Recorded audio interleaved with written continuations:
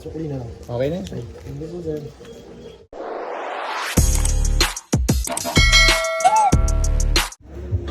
Yo, magandang tanghali mga kalapatids. Ito dumating na yung order natin sa Shopee.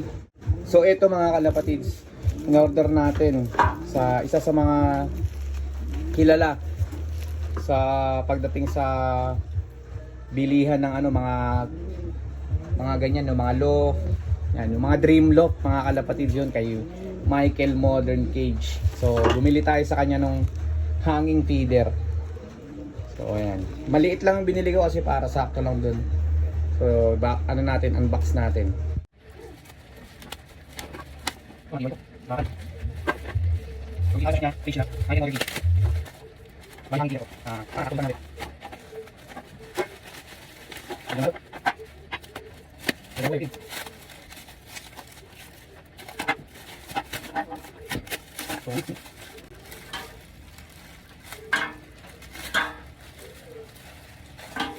So ito mga kapatid, so meron ng kasama siyang ano, ito yung ano nyo, may lock pa.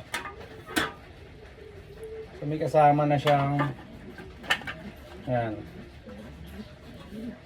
siguro pinturahan din natin ito para hindi kakalawangin. So ayan siya,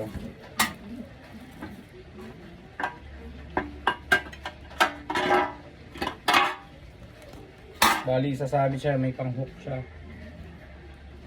Bukan natin dito.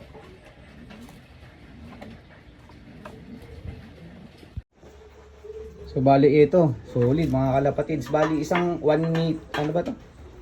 Yung size nito parang 1 meter lata.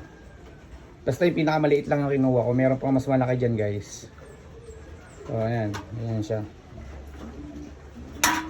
Tapos i-hook lang. Subukan natin dito. Yun. Yun o.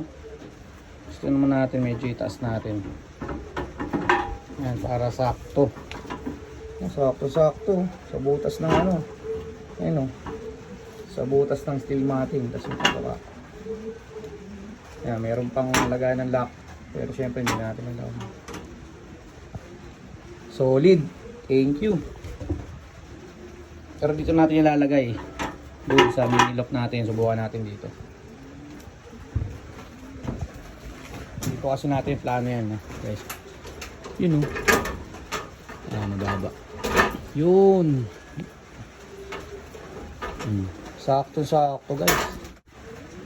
Yan, thank you boss Michael Modern Cage. Shout out. Order kayo guys. Maganda to. Ano, tibay pa, bakal. So suggest ko na lang pinturahan nyo to para hindi siya kakalawangin. Ako pipinturahan ko to. Takip pa. Tapos saktong-sakto yun yung butas.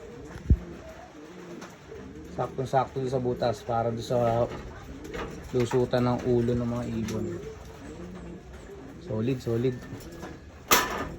Yan, dyan na yan mga kalapatids.